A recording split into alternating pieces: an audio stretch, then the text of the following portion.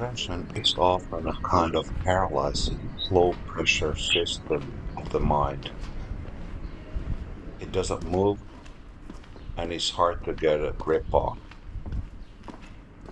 Yet the way forward may lie in the following the footprints of depression itself, seeing it as the end point of a developmental process.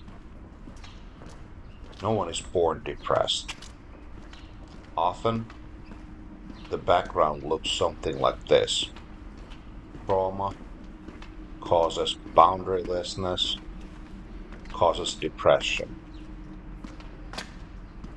So, how do you defeat the three-headed serpent? Trauma requires repetition. Trauma is a psychological and physical wound, an event that exceeds one's capacity to process or tolerate. When a person is deeply violated or terrified, even small cues later on can trigger a full alarm response. Sometimes the button gets stuck. We are descendants of those who reacted to danger. Mental health is, in many ways, predictability, but excessive trigger sensitivity is one problem, and staying in a constant state of over readiness is another. This is often described as post-traumatic, where the sense of safety, control. As a result, the tolerance, the sympathetic nervous system maintains kind state, draining psychological energy. Worrying is like interest on a debt you don't owe. Mark Twain. Trauma has many faces. A shocking event may initiate the process, but after that, the variables are almost endless. What traumatizes one person may not affect another in the same way. Trauma can be individual or collective, and it can also be indirect. Witnessing violence or seeing a loved one suffer can be just as impactful as direct experience. Originally, trauma referred to physical injury, but Sigmund Freud expanded the concept into the psychological domain. Today, it is easy to understand that an accident can traumatize, but so can public humiliation. A single event can lead to chronic stress reactions, but prolonged suffering, like a traumatic childhood, can result in complex trauma, often referred to as complex PTSD. Trauma can disconnect mind and body, memory, imagery, emotional connection, and the event may be fragmented or missing, especially when the trauma occurred early in life. At the same time, trauma often returns in flashes. Many describe that unprocessed trauma occupies the largest space in the mind. When the war in Ukraine broke out, many individuals with a history of violence sought help. Trauma can be triggered by almost anything: sounds, smells, impressions. People often begin to avoid situations associated with those reactions. Trauma also connects it and with reality. Trauma is stored in both mind and body. and remember what the mind tried to or shut out. And somehow, it is necessary to remember in order to forget. A split timeline.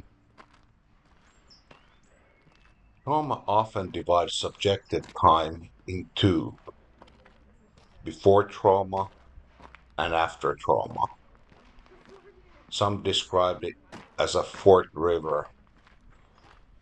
One branch carries the intact self, clear, alive, but unreachable. The other carries the wounded self, moving through polluted water. This split can lead to projections and black and white thinking. It becomes easy to believe that everything before was good and everything after has been bad. But trauma is not only about what happened, it is often also about what did not happen. A child who lost a parent and suffered not only from the loss, but from the absence of growing up under loving guidance.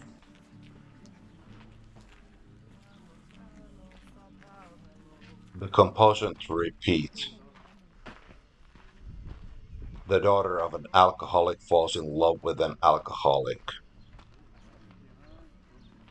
May sound like a cliche, but it reflects a core feature of trauma: repetition compulsion. We're drawn to relational patterns we have not been able to process. We bring unfinished emotional material into new relationships. In this sense, repetition compulsion is a design flaw in the human condition.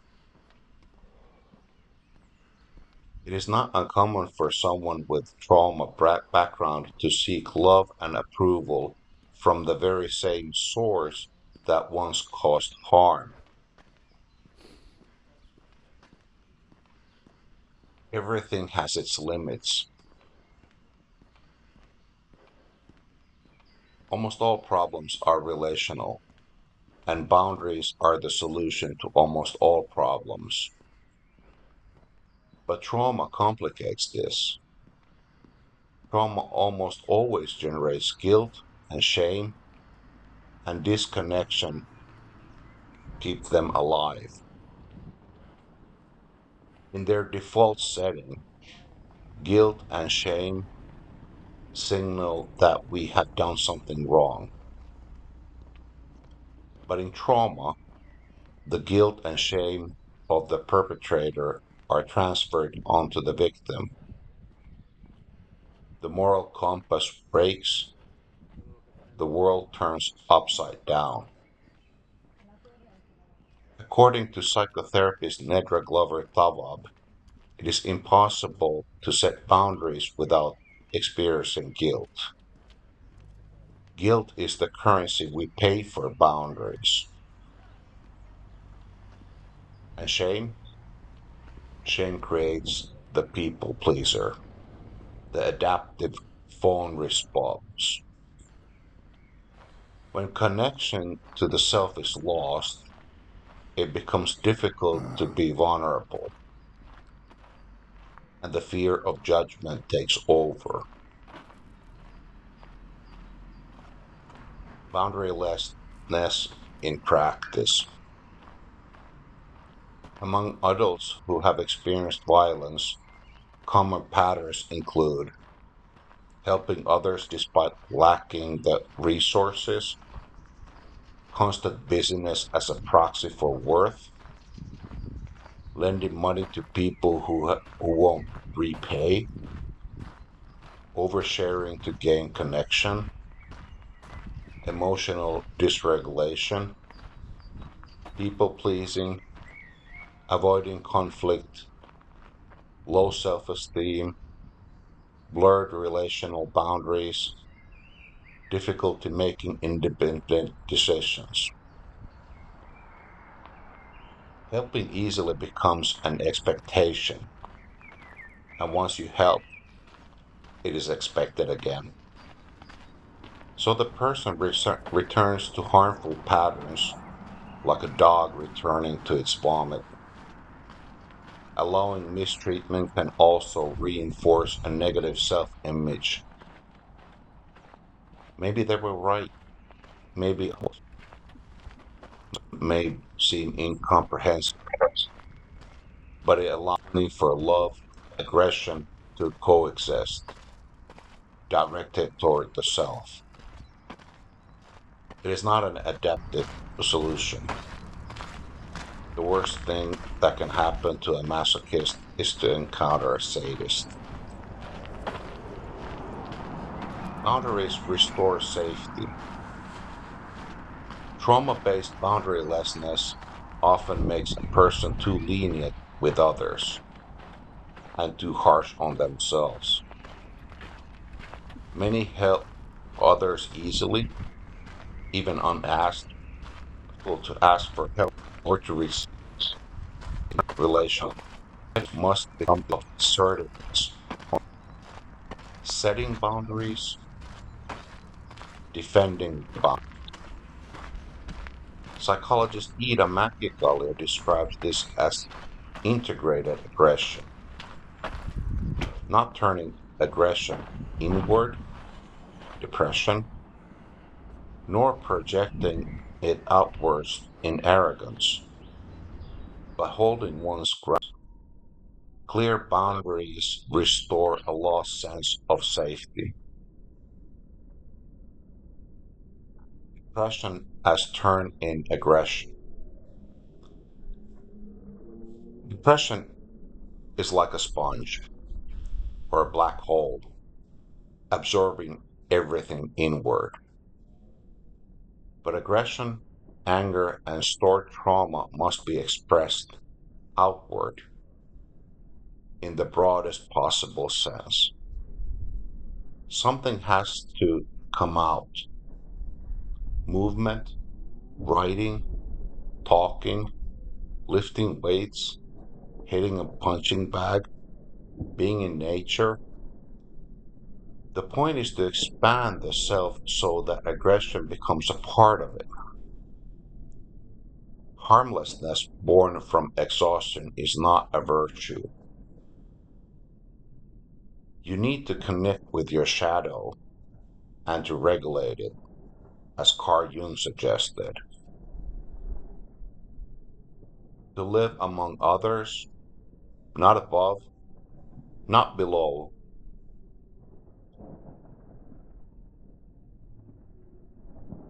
Self sabotage and control. At the same time, one must work to bring unconscious material into awareness. This is difficult.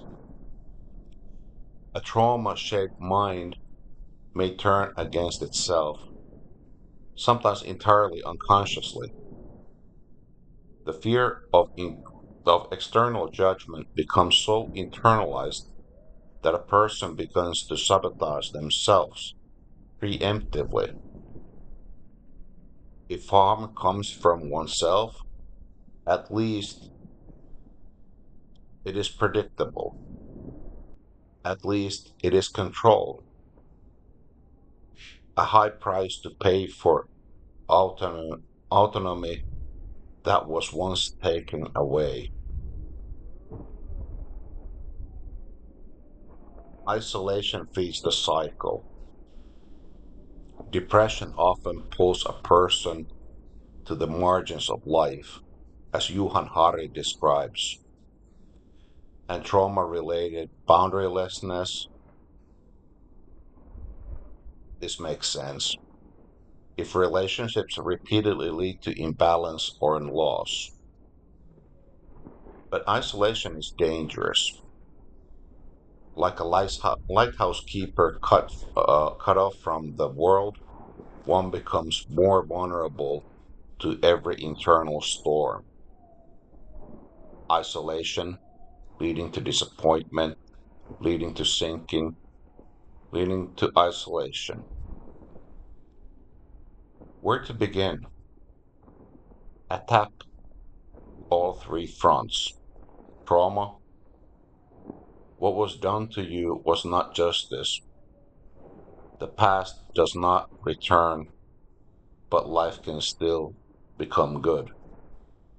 Approaches like EMDR, body based therapies, writing, and movement can help shift from victim to survivor.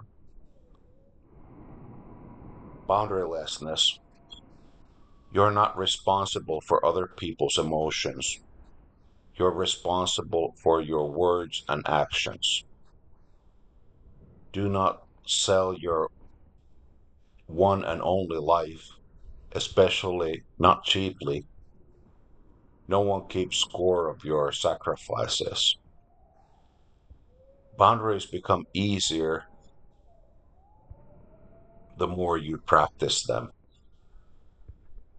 Depression, aggression is life force. Recognize it, channel it outwards. At the same time, build connection without losing yourself. Finally, in the end, this is about your relationship with yourself. There is help. Reading creates mental space. Writing creates inner movement. And perhaps most importantly, can you turn into can you turn your experience into resource? Can you use it in a way that helps someone else avoid what you went through?